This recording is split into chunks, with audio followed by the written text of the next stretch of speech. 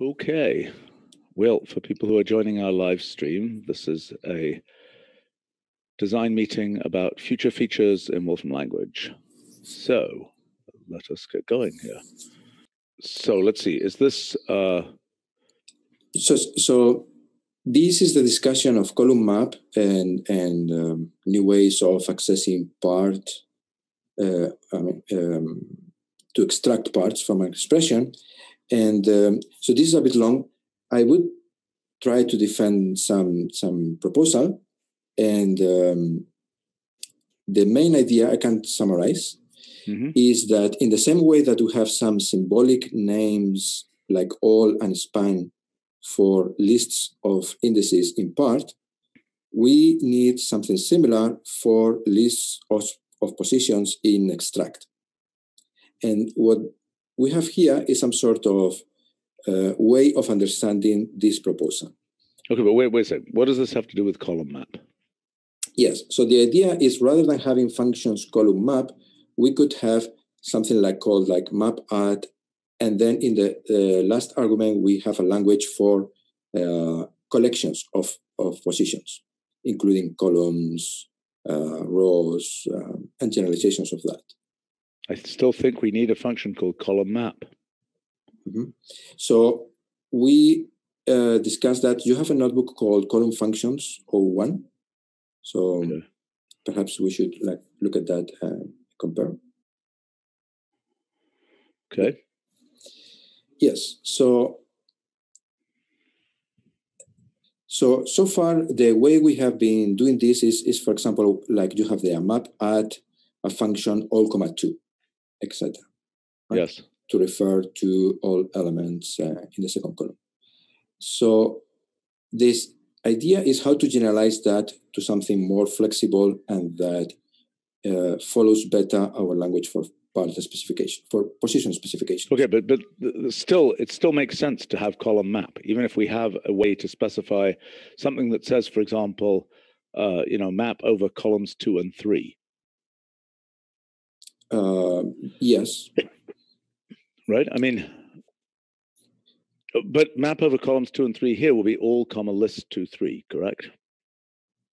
All, list 2, 3. Yes, that's our current notation for that. Okay. Now, go ahead. Maybe we should get to whatever the proposal is here. What is the proposal here? Yes. So the proposal is first, in order to understand it. So I wanted to make the point that when we talk in the Wolfram language about lists in part specs and position specs, we have 3 levels of lists. What I call just some random names: span list, position list, and multi-list. And span list is what we use in part. So when we say part of a matrix 2, 3, that's like a span. No, wait. 2, 3.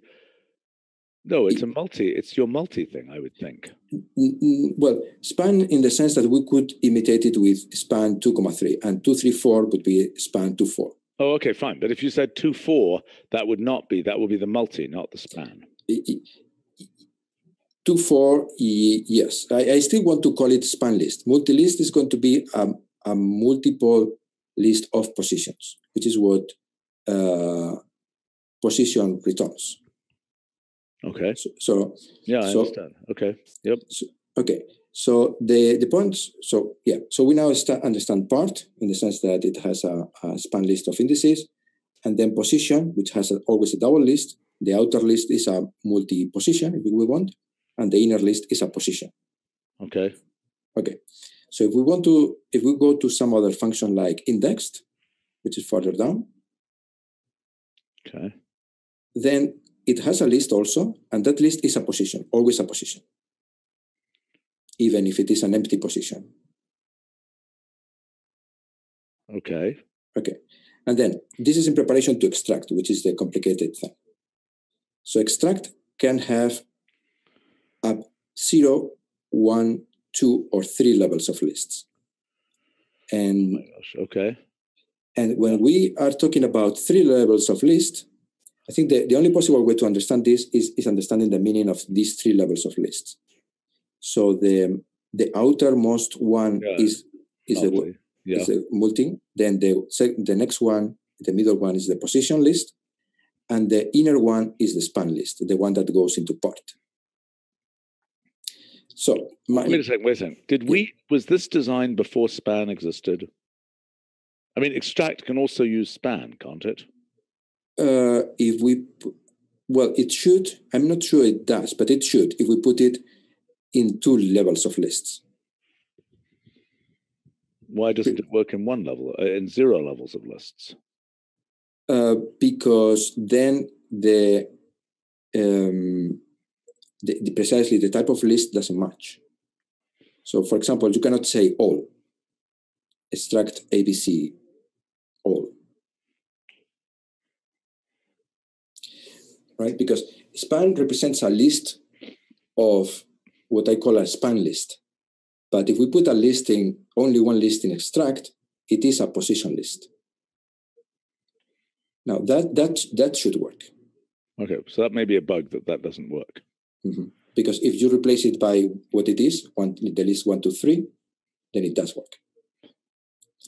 Okay, so the main point here is that when we want to refer in extract on other functions like replace part, flatten out, etc., to collection of positions, we should have also some sort of symbolic way of referring to them. And we have one precedent for that, which is band. Yes. So band is a collection of positions. It's a diagonal or something parallel to a diagonal. Yes.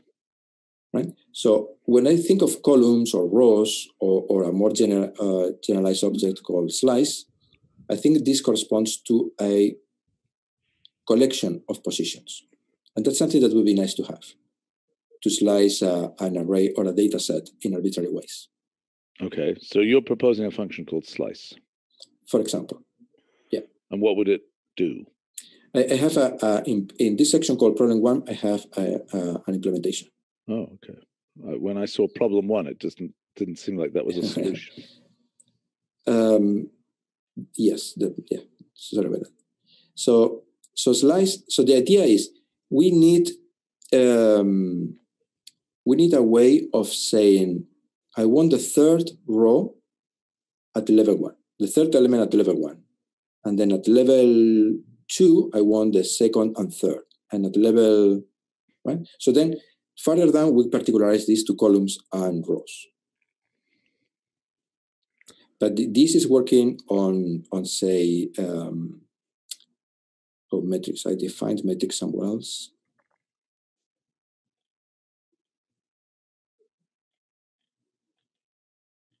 Yes, at the very beginning, I guess. Yeah.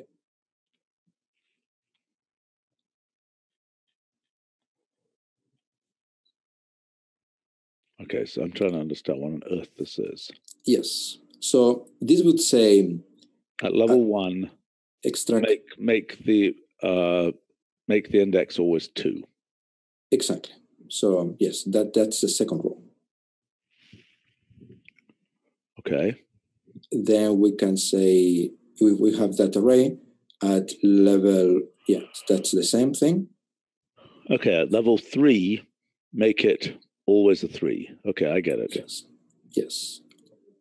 Or we can select 2 of them. So this is the sort of thing that we would do partially in extract with lots of alls combined with numbers. And why isn't this just a function slice exterior to extract? Why is slice part of extract? I mean, can slice also occur in other functions like part? Well, remember that a slice is the symbolic form of a multi-position. So because part cannot take a multi-position, part cannot take a slice. But we can make slice to be an operator form that does basically what it does in struct. But the main point is that now we can put slice in mapadd, in insert and delete. We could put it in replace part, etc. I see. We could put it in a sparse array because it's like band. It represents a collection of objects, of positions, which I think is the main thing we are missing. When we have... Go ahead. Yes, when we have a position spec, we always have to be very explicit and list all the list of positions. Well, so the difference here, I mean, the alternative to slice 3 arrow 3 would be part blank, comma, 3. Is that right? Part.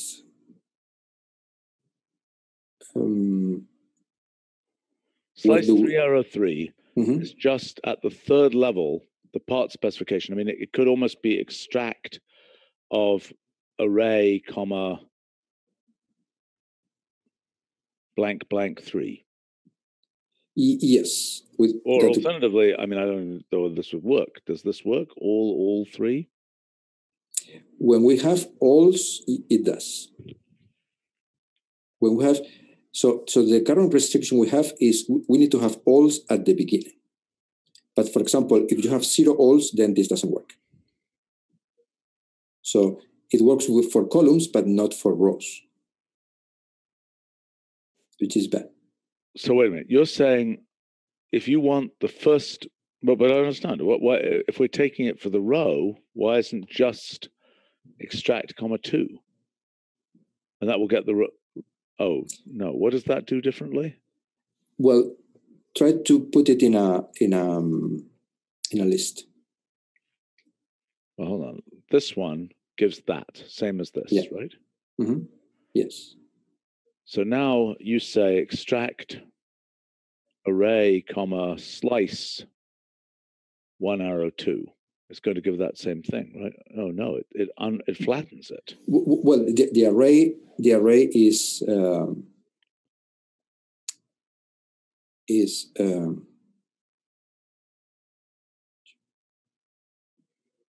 no, I think what this is doing is it's saying, get me all parts.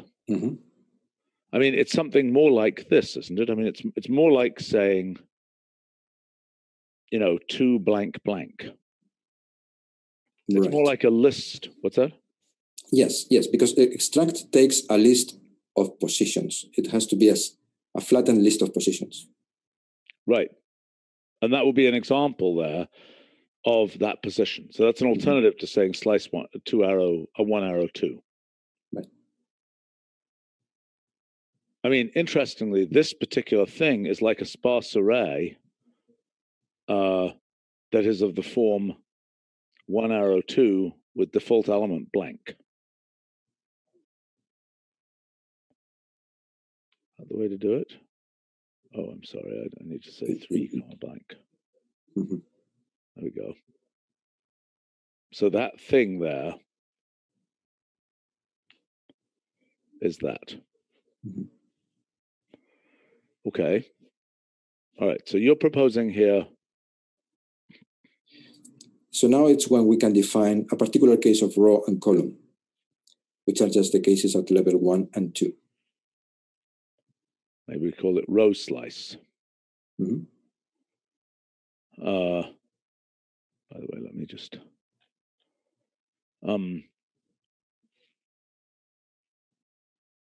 It's a little obscure. So what this would look like is you would say, I mean, would you be able to say then matrix part row slice, column slice? Extract. We could say extract matrix, comma, column slice. But I don't think that's good enough because I think we need a way of getting, I mean, this thing here, this column part type functionality. We don't want to have to be doing extracts to get that. Mm-hmm. Well, somehow, because these are so many functions, I wanted to see whether there is some idea that allows us to have the same functionality through the current functions. No, I understand, but it can't be too complicated. Otherwise, it's going to defeat itself. Mm-hmm.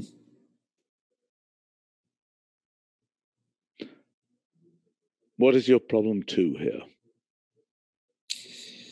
Yes. So here we are discussing 2 different things. One is how to map a function over all the elements of a column versus how to map a function over the column itself. Yes. Like when you do total. Well, but isn't that apply at, which we don't have? Well, the problem is if we can collapse, if we have a matrix, we can collapse a row to a number and still preserve a list of rows except for one, which is a number. But if we have a matrix and we want to collapse a column to a number, I don't know what the result is. We cannot represent it with an array.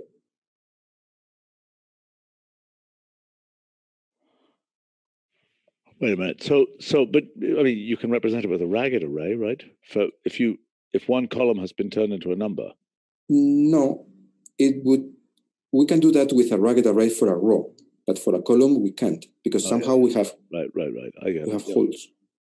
Yes. Okay. Yes. So we could do some sort. I mean, we could have some sort of structure array in which internally we store the transposed form, but it looks a bit too complicated. Okay, then, so this other thing, yes, I agree that there's an issue here, which would be to get to depth n in the data set. Yeah. I don't even understand what that query is, but let's not worry about that. Yes. Well, normal data set is just a way of rearranging the data set. So we can forget about normal data set. Okay, so the point there is to be able to, again, say, do this operation at this level. Yes. But, I mean, why aren't you just able to do a map, actually, specifying the level spec at which you want to do the operation? Well, I guess it's just to preserve the query notation. Yeah, but okay, but go ahead.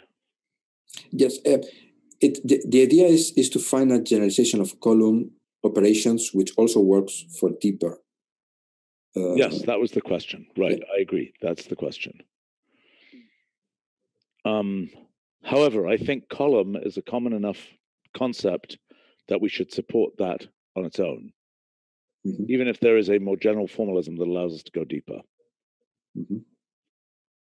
Okay, so the point that you're making is that the deeper concept is something of the form slice of level spec arrow match of the indices, right? Yes. Yes. Basically, a sparse array representation of the index of the index list. Yes, in the same way that we have bands, which is kind of diagonal based, this is some sort of plane, hyperplane based in the multidimensional space of indices. Right, but what if I wanted to combine band with this? What do you mean? Generalizing band? Well, in other words, what this is doing is rectilinearly, it's saying that index number 3 is always equal to blah. Right. Right. Whereas band is saying, for example, the pair of indices at levels 3 and 4 are always equal to, like, for example, we're getting a band where the pair of indices 3 and 4 are always equal. Yeah. So, I mean, in a sense, a generalization here would be something like your slice. Well, it's not really quite right. I mean, I'm saying it almost would be slice 2, 4, arrow, x blank would represent a generalized band relative to levels 2 and 4. Does band generalize its levels?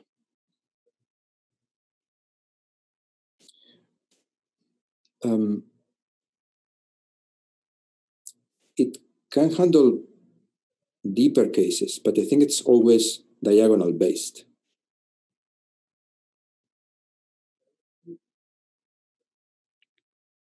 I mean, you cannot kind of make it more tilted or less tilted until no, I understand that, but nor is this doing that. But this is saying that this is this is saying ignore indices 1 and 3 but make indices 2 and 4 always agree. Yeah. I mean, you know, this is the world of tensors. I mean, that's a repeated index. And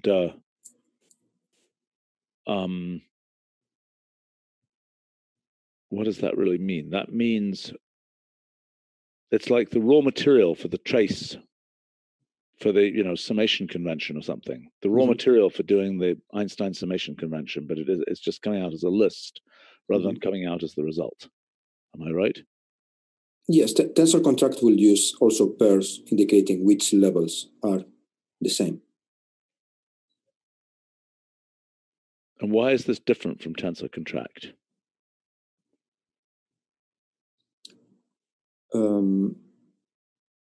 I see. The contraction actually performs an operation, which is the plus operation. Yes. Arguably, if we had a tensor, you know, arguably we could have things which are a family of functions about tensors.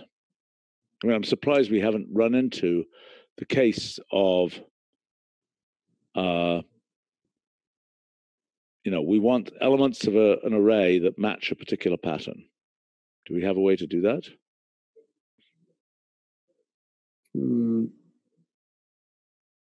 Not that I know.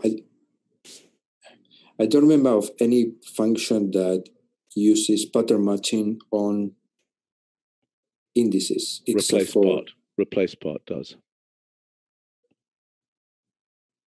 I see.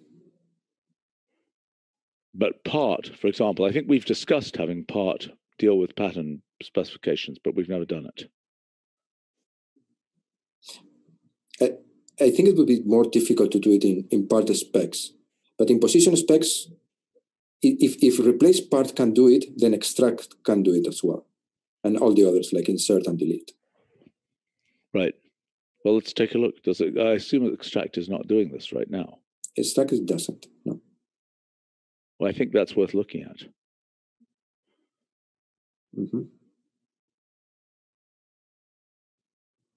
Okay, but so we've got two things here. One is, you know, could we have let's return just the fishes column, right? Yeah, that's a good question. Does it return? Does column apply just return that column, or does it return the thing reduced by that column? I think it returns just that column. I was thinking about that, but that seems too destructive to me. I have a comment there, and it's. We have a comment on our live stream from Michael Hale saying the case he wanted for column map was not element-wise like map at. But that will be some use of column replace, he's saying.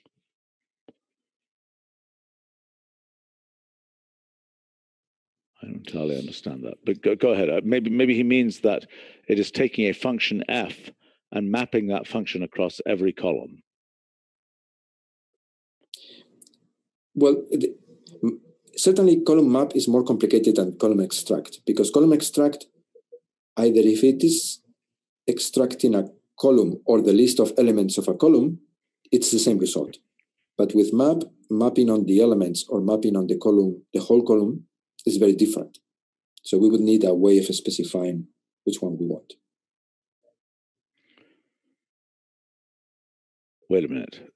Mapping, yeah, right. The whole column or a mapping across the elements of the column. I mean, but isn't that the difference between map and apply? I would expect map on the column to take the list and not to replace the head list. No, I agree with you. So that's what I'm saying. Column apply would replace the head. Yes.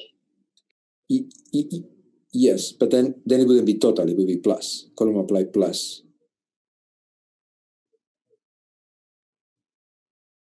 I see. Fine.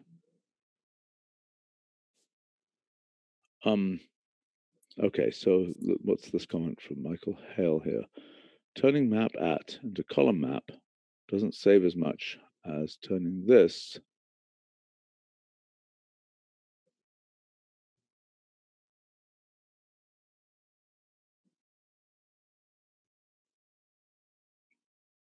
Okay, who understands this? Oh, this is a mutable operation with an all on the left-hand side, which I don't think we've seen.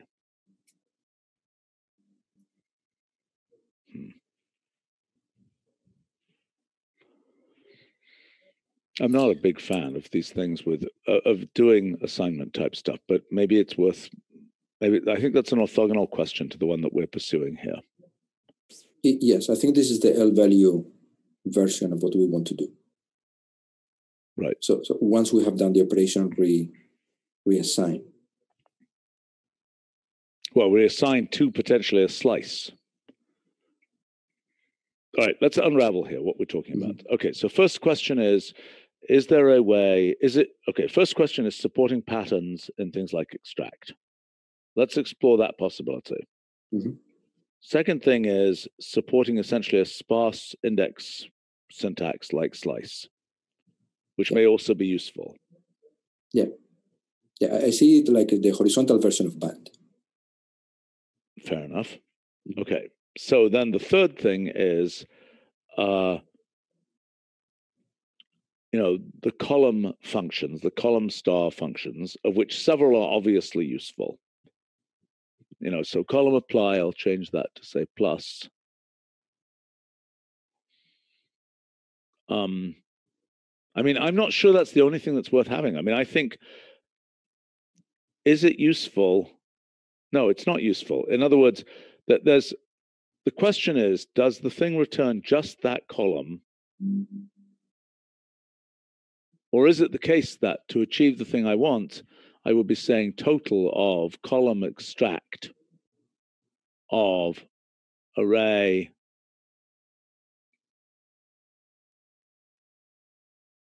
I could do that. Yeah, exactly. I think this is the proper way of getting only the total of that column. Column apply, I don't see what it could return.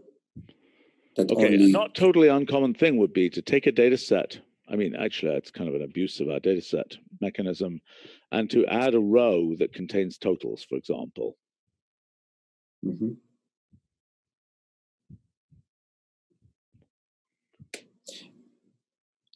But, for example, column apply on a data set, we could invent some mechanism that somehow remembers that there is a hole in a list. It's like having missing part in the middle of a list. But with arrays, I don't think we can do it. Oh, Michael Hale is pointing out that we can already do the thing that he gave before, and that he was hoping that column map would allow him to rescale, for example, all the data in the B column.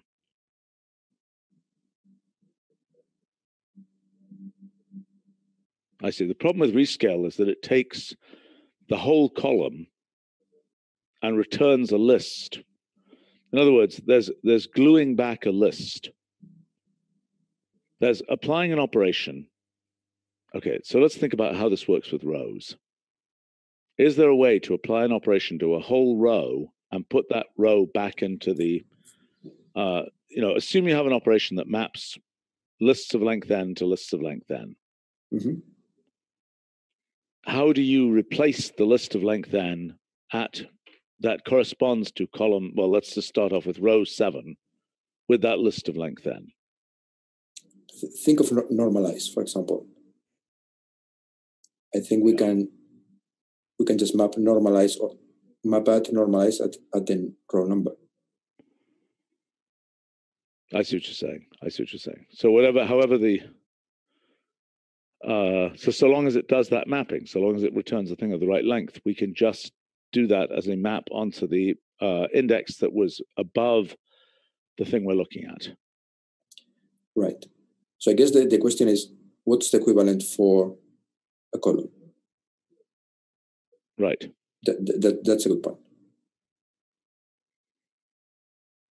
So how do we map above the column, so to speak, so that the whole column is replaced? And, you know, the rather ugly column replace of a column extract is really not very good.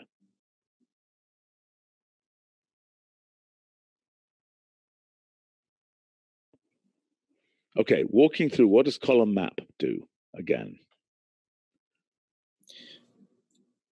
So yes, so column map has two possible things to do, and that's the origin of our discussion. So it either does the map at all comma 2, or it does transpose map at first level and then transpose again. What's the difference between those? Yes, perhaps we can do an example. Construct a matrix, simple matrix, 1, 2, 3, 4, 2 by 2 matrix. Okay.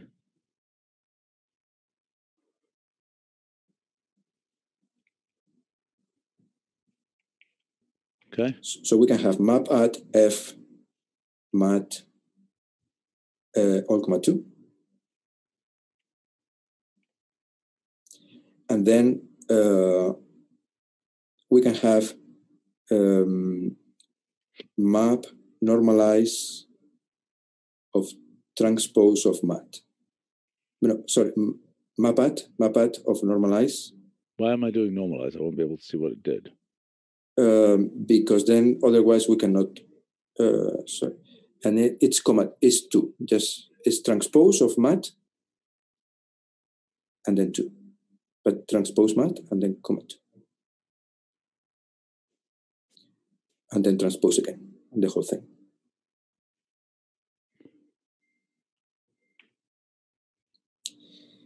So the point is that F was mapped locally at each element, while normalize was able to act on the whole column at the same time. Yeah, I understand. And then glue it back in again. Exactly. Yeah, Michael Hill is pointing out you can use transpose for arrays, but not associations. Mm. All right, but anyway, so the operation that we need here is one that does a whole column, takes a function, applies it to the whole column, and by apply, I mean wraps F around the whole column, assumes that F returns something which fits back into that column, and then puts it back in there. Right. Yes, but the problem is that we need such a special type of function that has that property. Yeah. Otherwise we'll end up with a ragged array with something not transposable back. Change normalize to F. No, I understand. But I'm saying that. Yeah. Well, if we did it differently, it would just be a ragged array, wouldn't it? No, it wouldn't be. No. You're saying it can't even be represented because a column with an F wrapped around it, where does it go? It's a scalar value. Where does it go? Exactly. Humph. Okay. So the important point here is that we actually have two operations. One is a kind of column. It's almost like a column construct in our modern version of construct. Although I think that's utterly obscure. I think this is what I called problem 1 and problem 2. The first one can be solved with some language for columns. So some version of what we now do with all comma 2, all, etc. The slice game. Yep. And rows and columns particularizations. Yes. But the second one is the difficult one. Which is the one we're now talking about. Exactly. Because it's very specific to a certain type of function. Unless we invent a notation for the transposition of this thing that cannot transpose. Well, I don't understand. It seems to me it's perfectly okay to say you give a function. If that function doesn't have the property that it returns a list of the same length, then you get an error. But it still has to be the case that in general, you could take a submatrix. I mean, in general, this is a, this is more like some kind of, subarray map or array map, for example. So a possibility would be essentially subarray mapping. So array map would take a function f and an array and position specs. And it would essentially glue back in. So I'm wondering how this relates to block map, for example.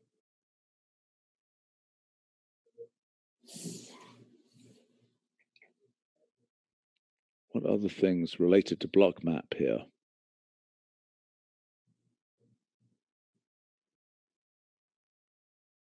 Okay, so this is an analog of block map.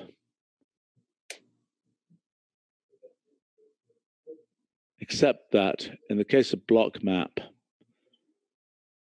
yeah, it's a little different. But I mean, so here it's saying f has to be essentially a listable function, or not quite really listable.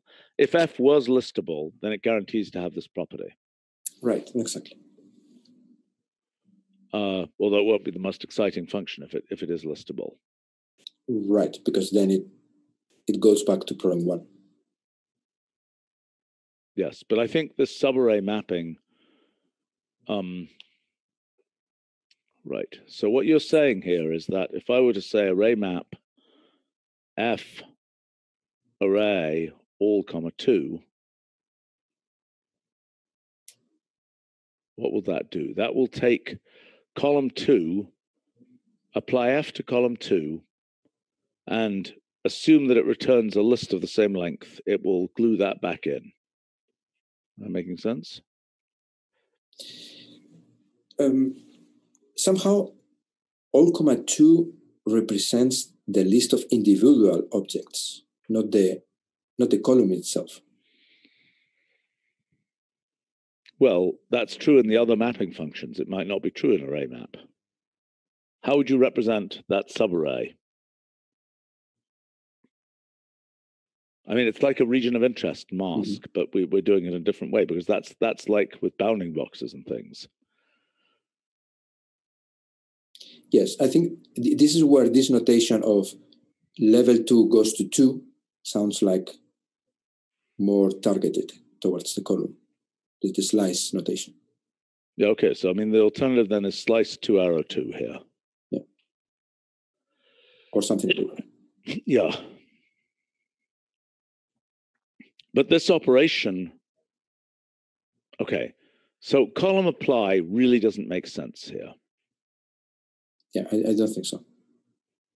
So this probably should, well, be, this shouldn't do, yeah, that's probably not correct. Okay.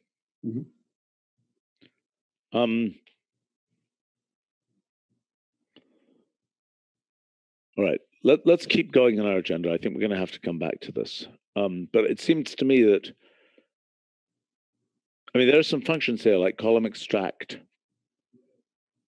column map, that seem fairly uncontroversial. They're not very profound, but they seem fairly uncontroversial. Yes, as versions of mapping over all elements of certain slices. Yes, that's correct. So this one, however, would be, I mean, the general case is to take a subarray and glue the subarray, apply an operation to it, even a subarray that isn't necessarily, reaching all the way across the array, some random submatrix.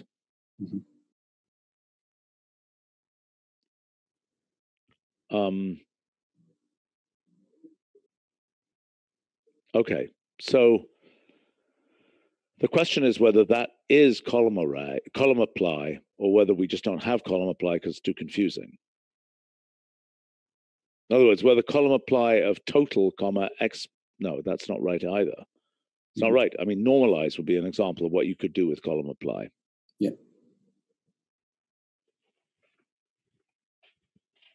As I said, with dataset, we may have a bit more flexibility if we construct some internal representation of something with holes. But with arrays, I don't see there is any hope. Yeah, I get it.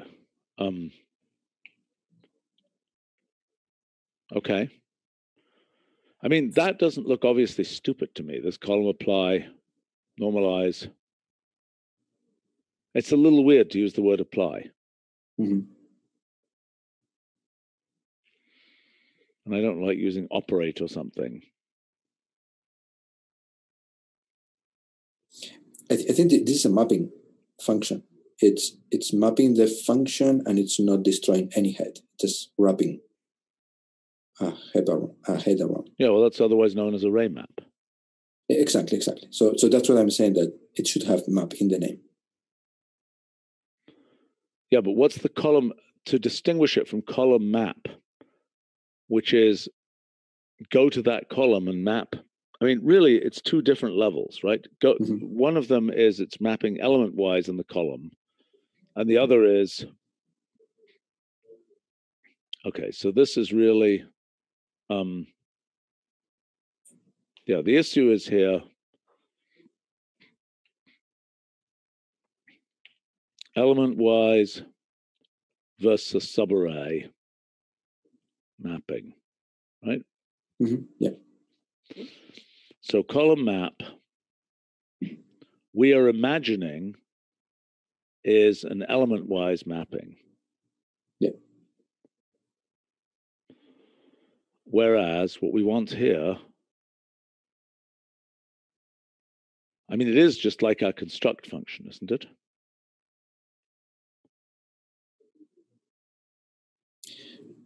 Perhaps it's the difference between column map and column mapat, something like that. It's possible.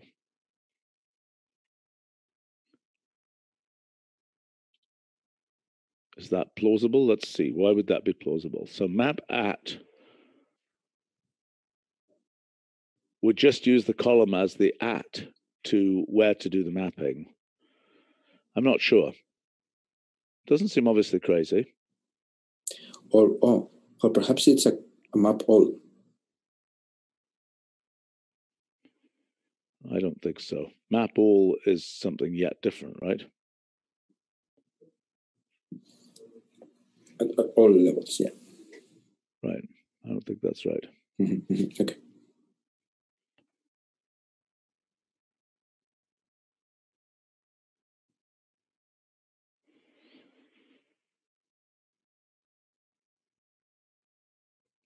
We have a comment here from Sander on our live stream. I'll just paste it in. How to take the last X elements of a list, even if the length of the list is less than X. What on earth does that mean? Let's see. But what do you mean by the last X elements?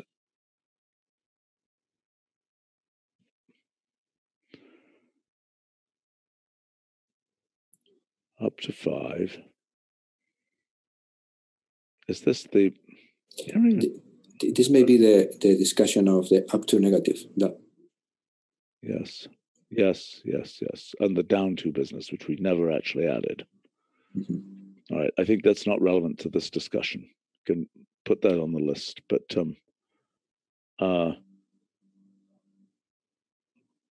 yeah, okay. He's saying, say you want the last 5 elements, but the list is only 4 elements long. Mm-hmm. Yes, we're aware of this. I mean, this is kind of the down to question. Yeah. Which is an interesting one, which we could perhaps put on another agenda. But okay, but we're going to run out of time here. But so summarizing this, I agree with you. I mean, maybe we should go ahead and implement some of these, like column map at, these other column functions. Okay, probably not column apply. Mm-hmm.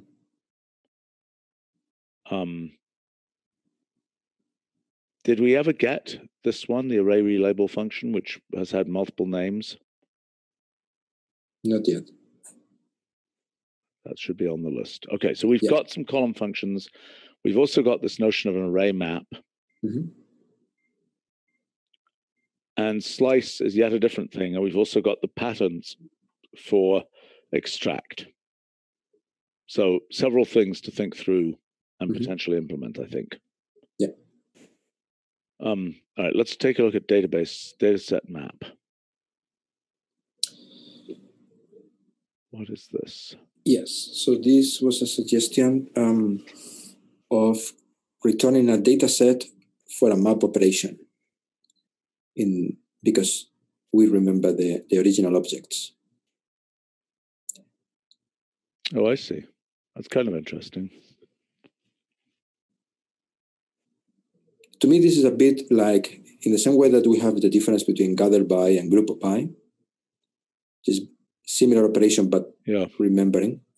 So this would be the dataset version of... I mean, there could be an association version of this too. Well, we already have an association map to do that. So this is basically just wrapping dataset around it. So in my opinion, that's enough.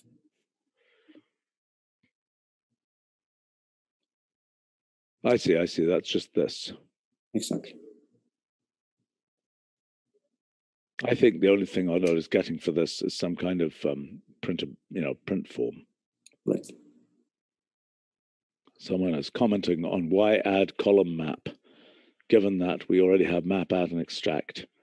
The reason is, and it's a change over the last 30 years in what I believe about language design, which is if there's a function that you can readily name, where you can bundle functionality into that thing under that name, it makes sense to do it rather than to have it be an idiom based on primitives, because it gives you more, when you read code, it gives you more information about what the person was trying to do, to see column map rather than an extract of a, map at and extract and so on, for what it's worth. Okay, so I don't think Dataset Map is going to make it for right now. Okay. Okay, all through and any through. What are these? Like through is to map. Oh my gosh. So any through is to true. What is this?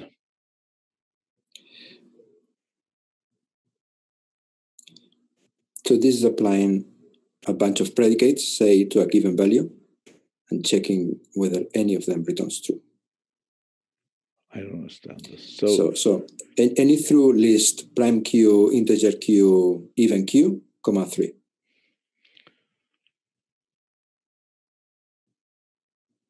With a list of functions. This is crazy. Yeah, I think again that we have a simple enough. Yeah, I just don't think this is worth it. Okay. Okay. What else do we have to look at today? I don't think we have enough time to really start going into